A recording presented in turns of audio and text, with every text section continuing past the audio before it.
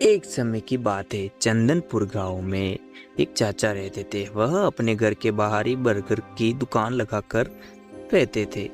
तो एक दिन चाचा उस स्कूल की लड़की को कह रहे थे कि बेटा, आज तो आप बहुत लेट हो गए हो, तो आपको कितने बर्गर चाहिए। वह फिर लड़की कहती है कि चाचा, मुझे तो बस 2 बर्गर पैक कर दो, क्योंकि मैं दोपहर के लंच में ही खाऊंगी। फिर दूसरी ओर एक लड़का और आता है, तो फिर चाचा उसे भी कहते हैं कि बेटा, आपको कितने बर्गर चाहिए वह मुझे कह दो, क्योंकि आपके स्कूल का टाइम हो चुका है। तो वह कहता है कि अंकल, मुझे तो सिर्फ एक ही बर्गर पैक कर दो, क्योंकि मैं मेरे घर से खाना लाया हूँ।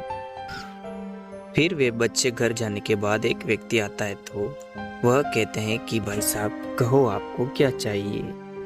तो फिर जवाब में वह कहता है कि भाई भोलू, अपने गांव में बहुत बड़ी घटना आ गिरी है, तो तुम्हें चलना पड़ेगा, क्योंकि तुम्हारा व्यवहार काफ़ी अच्छा है। तो फिर तुरंत एक दूसरा व्यक्ति भी आके पूछता है। वह कहते हैं कि भाई, आपको क्या हो गया, आप बहुत जल्दी आए हो।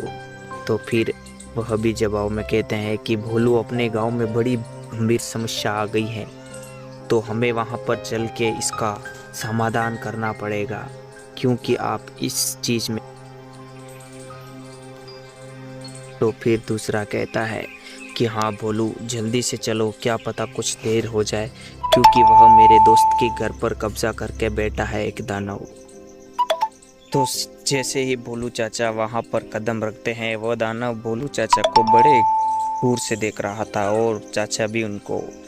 तो फिर चाचा जवाब में कहते हैं, क्यों दानव दैत्य, आपको क्या चाहिए, और आप मेरे दोस्त के घर पे क्यों कब्जा करके बैठे हुए हो, आपको क्या चाहिए।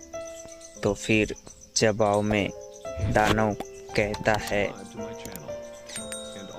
कि मुझे तो कुछ नहीं चाहिए, बस मुझे मेरा एक घर बना के दे दो इसी पासी के जंगल में, ताकि मैं वहाँ पर आराम से रह सकूं।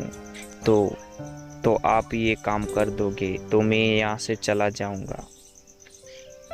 तो फिर जवाब में कहता है दूसरा कि ये तो नहीं हो सकता, क्योंकि हम खुद ही इतने गरीब हैं, तो आपके लिए हम कहाँ से कुछ बंदोबस्त कर सकते हैं। तो फिर जवाब में बोलू चाचा कहते हैं कि ठीक है, इसका हम कुछ विचार करेंगे गांव के लोग मिलकर, फिर आपको हम बताएंगे कि क्या हमारी राय है, पर फिलहाल के लिए आप यहाँ से चले जाओ। तो फिर दानव दैत्य कहता है, ठीक है भोलू, मैं तुम्हारी बात मानकर चला तो जाता हूँ, पर ये मेरा वादा तुम याद रखना, वरना इसका अंजाम